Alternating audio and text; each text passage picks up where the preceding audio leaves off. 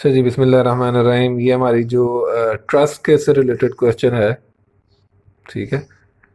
तो मैंने जैसे पहले बताया कि ट्रस्सेस के अंदर we can solve trusses by the method of FEA which are statically indeterminate. जो मेथड ऑफ स्टैटिक से सॉल्व ना हो सकते उसको हम एफईए से सॉल्व करते हैं। ठीक है। जो कॉम्प्लेक्स ट्रस्सेस हों, तो फिलहाल तो हम ये बिल्कुल सिंपल एक बेसिक ट्रस्ट है जो आपके सामने शो हो रही है। 3 नोड्स हैं और 2 एलिमेंट्स हैं। ठीक है। तो इसको हम सॉल्व करने लगे हैं। अभी जो ट्रसेस हम सॉल्व करेंगे ये भी वन डायमेंशनल ही होंगी। ठीक है। वन डायमेंशनल का क्या मतलब है कि जो फोर्सेस होंगी हर मेंबर के अंदर वो एक ही डायरेक्शन में फोर्सेस होंगी और उसी डायरेक्शन, फॉर एग्जांपल अगर मैं मेंबर वन की बात करूं, ये मेंबर वन इस ओरिएंटेशन में है तो इसमें जो फोर्सेस आएंगी वो इसी डायरेक्शन में फोर्स आएगी। ठीक है। और इसी डायरेक्शन के अंदर डिफॉर्मेशन आएगी। दूसरी डायरेक्शन के अंदर यानी इस एक्स डायरेक्शन के अंदर there will be no deformation. हम क्या कहेंगे, तो कोई डिफॉर्मेशन नहीं है, जिसके मतलब क्या है कि it's a one dimensional problem. ठीक है। तो ये आपके पास हो गया। अब अगली बात यह है कि जो है, जो पिछली प्रॉब्लम से हमने देखी चीज के, जो आपके पास जिस डायरेक्शन में फोर्स लगती थी, फॉर एग्जांपल इस तरह का अगर एक प्रॉब्लम था तो जिस डायरेक्शन में फोर्स लगती थी उसी डायरेक्शन के अंदर आपके पास डिफॉर्मेशन आ रही है। जबकि इस प्रॉब्लम के अंदर अगर हम देखें तो जो फोर्स लग रही है आपके पास, एक्शन फोर्स आपके पास ये इस डायरेक्शन में लग रही है, जब आपके पास डिफॉर्मेशन आ रही है वो इस मेंबर में इस डायरेक्शन में आ रही है, दूसरे मेंबर में दूसरी डायरेक्शन में आएगी।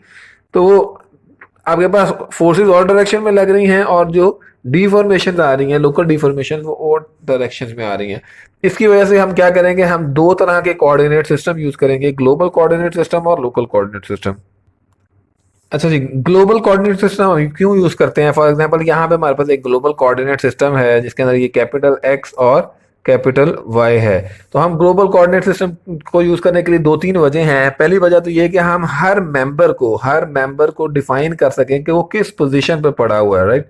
हर नोड को डिफाइन कर सकें कि ये नोड जो है, अगर we take this position as 0 0, right, तो हम डिफाइन कर सकते हैं कि नोड वन किस पोजीशन पे है, नोड टू किस पोजीशन पे है, नोड थ्री किस पोजीशन पे है, एलिमेंट वन किस पोजीशन पे है, एलिमेंट टू किस पोजीशन पे है। We can define that with the help we can represent the location of each member. Second thing is that we can define the orientation of each member, कि हर member जो है वो किस angle पे जो है वो, फॉर एग्जांपल अगर ये आपके पास पहला मेंबर है, this is an angle of theta with respect to the positive x axis. ये जो आपके पास एंगल है, this is at an angle theta with respect to positive x axis. तो हर मेंबर जो है उसकी ओरिएंटेशन क्या है ये भी आप डिफाइन कर सकते हैं। तीसरी चीज जो है to apply boundary conditions and apply load. अगर आप देखें तो जो आपके पास लोड है वो आपके पास ग्लोबल वाई डायरेक्शन के अंदर है। इसी तरह जो आपके पास आएंगी डायरेक्शंस आएंगे वन और टू पे, वो भी ग्लोबल वाई डायरेक्शन में आएंगे। इसी तरह आपके पास वन और टू के अंदर जो बाउंड्री कंडीशन लगेंगी, यानी कि वन और टू जो है वो फिक्स है, it can not move in this global y direction, it can not move in this global y direction, right. तो वो आपके पास जो कंस्ट्रेंट इसको कहते हैं हम, ये बाउंड्री कंडीशन कहते हैं, वो भी आपके पास ग्लोबल कोऑर्डिनेट सिस्टम के अंदर है। तो we can apply boundary conditions and apply the loads in global with help of global coordinate system. The last thing is that we can define the overall deformation, के overall जो है ना पूरा structure की डिफॉर्मेशन जो है वो जो है कितनी आ रही है कैपिटल वाई और कैपिटल एक्स डायरेक्शन के अंदर। Now we use local coordinate system to determine the behaviour of each member. अभी आपके पास एक मेंबर है, इसके अंदर इसका ये लोकल कोऑर्डिनेट सिस्टम आ जाएगा जो उसी मेंबर के ओरिएंटेशन के हिसाब से होगा। This is x and this is small y. अब ये जो है इस डायरेक्शन के अंदर उसमें कितनी फोर्सेस आ रही हैं, इस डायरेक्शन के अंदर उसके अंदर कितनी डिफॉर्मेशन आ रही है, और इन्हीं डिफॉर्मेशन की वजह से इस डायरेक्शन में उसके अंदर कितनी स्ट्रेसेस आ रही हैं। This is the called the behaviour of each member, के वो each member how it is behaving in that local coordinate system. तो इस वजह से हमें लोकल कोऑर्डिनेट सिस्टम की भी जरूरत पड़ती है और ग्लोबल कोऑर्डिनेट सिस्टम की भी जरूरत पड़ती है to define a complete structure. पिछली प्रॉब्लम्स के अंदर हमें ये जरूरत इसलिए नहीं पड़ी कि वहां पे जो आपके पास फोर्सेस थी और डिफॉर्मेशन थी वो they are in the same direction. अच्छा जी, अब हम अगर एलिमेंट नंबर वन की बात करें तो here we have element number one, node I और नोड जे, दो उसकी नोड्स हैं। This is the local coordinate system for that element and here we have the global coordinate system. ठीक है। अब हर नोड के ऊपर देयर इज डिफॉर्मेशन। अब इस नोड के ऊपर जो डिफॉर्मेशन आ रही है नोड के, वो हम बना लेते हैं। फॉर एग्जांपल इस नोड के ऊपर we have local deformation in this direction and a local deformation in this y direction, and we have a global deformation in this direction and a global deformation in this direction। ठीक हो गया। अच्छा, ये आपके पास आ गया u आई x और ये आपके पास आ गया यू आई वाई। ठीक है, इस तरह आपके पास ये आ गया u i small x and u small i small y. ठीक हो गया। इसी तरह आपके पास इस नोड के ऊपर भी यही चारों डिफॉर्मेशन आ जाएंगी, वो मैं बनाता हूं अभी। अब ये दूसरे नोड के ऊपर भी हमारे पास ये चार जो है वो डिफॉर्मेशन आ गई हैं। Now we can relate these deformation with each other, ताकि हम जो है एक लोकल में दी हो तो ग्लोबल में निकाल सकें और ग्लोबल में दी हो तो लोकल में उसको निकाल सकें। अच्छा जी, अगर नोड आई की बात करें तो उसके ऊपर हमारे पास लोकल डायरेक्शन में ये दो फोर्सेस डिफॉर्मेशन आ रही हैं, दिस एंड दिस, वो मैंने यहाँ पे बना दी। Now the angle, this angle with the beam is making, member is making with the positive x axis is theta. ठीक है, तो यहाँ पे जो आपके पास इसका जो कंपोनेंट आ जाएगा, this will be the component जो थीटा के साथ बनेगा, that will be small you i small x cos of theta. This component will be with the sine u I x sine of theta. इसी तरह यहां पे आप अगर देखो तो this angle will be theta. ठीक है, and the force which is along with the angle is u I y cos of theta, and this force will be u I y sine of theta.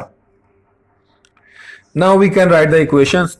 u I node I की बात कर रहे हैं तो u I x direction के अंदर at this we have this local के अंदर हमारे पास ये फोर्स है और ये फोर्स है। अगर हम देखें तो u I x cos of theta, ये ऑपोजिट डायरेक्शन में है तो u i y sine of theta.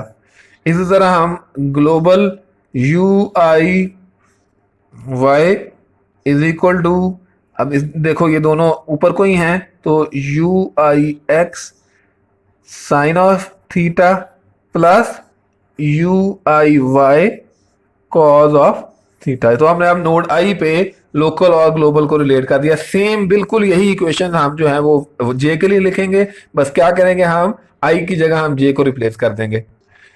तो ये आपके पास हमने अब ये चारों इक्वेशन लिख दी, U I x you I why you J X और यू जे वाई के लिए। ठीक है, अब हमारे पास अगर लोकल में डिफॉर्मेशन हो तो ग्लोबल में कन्वर्ट कर सकते हैं, ग्लोबल में हो तो लोकल में कन्वर्ट कर सकते हैं।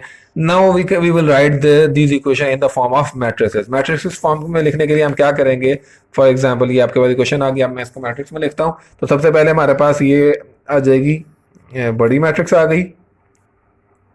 ठीक है, ये चारों इसी तरह आ जाएंगे, ये आगे चारों। उसके बाद हमने यहाँ पे जो है दरम्यान की मैट्रिक्स आ जाएगी और यहाँ पे आपके पास will have a smaller U I X small you I x you I why you J X और U J, these are all locals. ठीक है, अब अगर हम देखें तो पहली इक्वेशन अगर हम देखें, the first equation u I x के साथ जो मल्टीप्लाई हो रहा है that is cos theta, u I y के साथ जो मल्टीप्लाई हो रहा है that is minus sine theta, u J x के साथ कुछ नहीं मल्टीप्लाई हो रहा है, यू जे वाई के साथ भी पहली इक्वेशन में कुछ नहीं मल्टीप्लाई हो रहा है। दूसरी इक्वेशन की बात करें तो इसी तरह साइन थीटा मल्टीप्लाई हो रहा है यू आई एक्स के साथ, कॉस थीटा मल्टीप्लाई हो रहा है यू आई वाई के साथ, यू जे एक्स और यू जे वाई के साथ कुछ नहीं मल्टीप्लाई हो रहा है। तीसरी इक्वेशन देखें तो यू आई एक्स और यू आई वाई के साथ कुछ नहीं मल्टीप्लाई हो रहा है और बाकी सारी इक्वेशन हम इस तरह लिख। अब ये आपके पास जो है हमने वो पूरी इक्वेशन लिख दी इस तरह से। So we can also write it like this, capital U is equal to, this is the transformation matrix T and is equal to small u. We can also write it in the other way. Now this is because matrix multiplication, तो हमने क्या किया, इस side पे T inverse से multiply कर दिया, तो इस साइड पे भी T इनवर्स से मल्टीप्लाई करेंगे। जब T इनवर्स T से मल्टीप्लाई होगा तो यहाँ पे आइडेंटिटी रह जाएगी, दैट इज इक्वल टू 1। तो ये आपके पास जो है दूसरी फॉर्म में हमने मैट्रिक्स लिख ली, तो we can write it the equation number 1। ठीक हो गया। इसी तरह सेम, इसी तरह जैसे हमने यहाँ पे ये ली हैं, सारे डिफॉर्मेशन ली हैं, अगर हम इन सारे यूज को रिप्लेस कर दें विद एफ, ये एफ जे एक्स हो जाएगा, this is small f j f i x हो जाएगा, this is small f i x, f i y small f i y. तो फोर्सेस को भी हम रिलेट कर सकते हैं, लोकल फोर्सेस को और ग्लोबल फोर्सेस को भी हम आपस में रिलेट कर सकते हैं, बिल्कुल सेम इसी फॉर्मूला से। That will be equal to, यहाँ पे लाइन लगा देते हैं, तो दैट ऊपर वाला जो formula that is equal to capital F is equal to same transformation matrix आएगी is equal to small f. इस तरह हम ये दूसरी इक्वेशन भी बिल्कुल सेम लिख सकते हैं। ये अब हमने दूसरी इक्वेशन लिखी थी कि इसको जब हमने मल्टीप्लाई किया टी इनवर्ट से, इस साइड भी टी इनवर्ट से मल्टीप्लाई किया, तो वी गॉट दिस इक्वेशन, हम इसको कहते हैं इक्वेशन नंबर 2। ठीक है, ये अब हमारे पास दो इक्वेशंस आ गई। Now we should move on. अच्छा जी, अगर अब हम देखें तो ये हमारे पास नोड आई है और नोड जे है। ठीक है, तो इसके अंदर जो है यहां पे वी हैव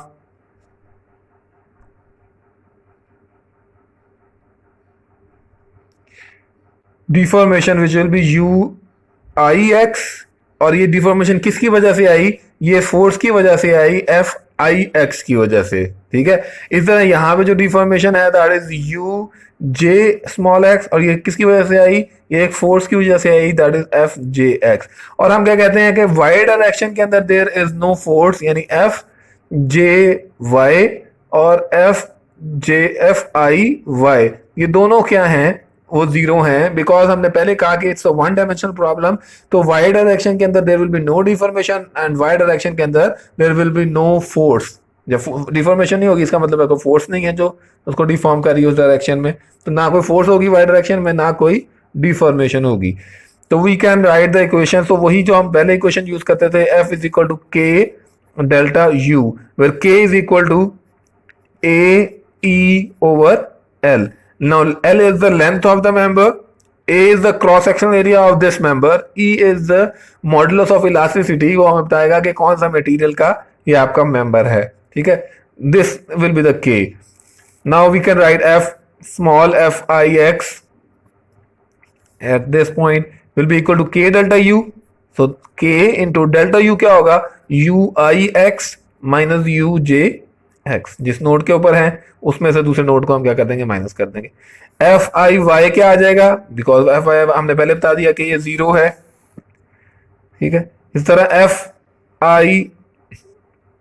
एफ जे पे हम जा रहे हैं, अब f J x will be equal to k, अब that is equal to u J x minus u I x, उस नोड में है तो that node minus this node, तो एफ जे वाई भी आपके पास क्या आ जाएगा, it will be equal to zero. So we can write this in the matrix form. Matrix form में लिखने के लिए सबसे पहले ये आपके पास ये वाली फोर्स मैट्रिक्स आ जाएगी, इसको इसी तरह से लिख लेते हैं। तो यू कैन सी दैट के फोर्स मैट्रिक्स आ गई और ये डिफॉर्मेशन मैट्रिक्स आ गई, u I x, you I Y, you J x and u J y. Now इस यहां से अगर हम देखें तो पहली इक्वेशन के अंदर यू आई एक्स के साथ जो मल्टीप्लाई हो रहा है दैट इज के, यू आई वाई के साथ इस इक्वेशन में कुछ नहीं मल्टीप्लाई हो रहा, जीरो आ गया। थर्ड में यूजे एक्स है, यूजे एक्स के साथ माइनस के मल्टीप्लाई हो रहा है, और यूजे वाई के साथ भी पहली इक्वेशन में कुछ नहीं मल्टीप्लाई हो रहा। दूसरी इक्वेशन देखें तो उसमें तो सारा ही जीरो है।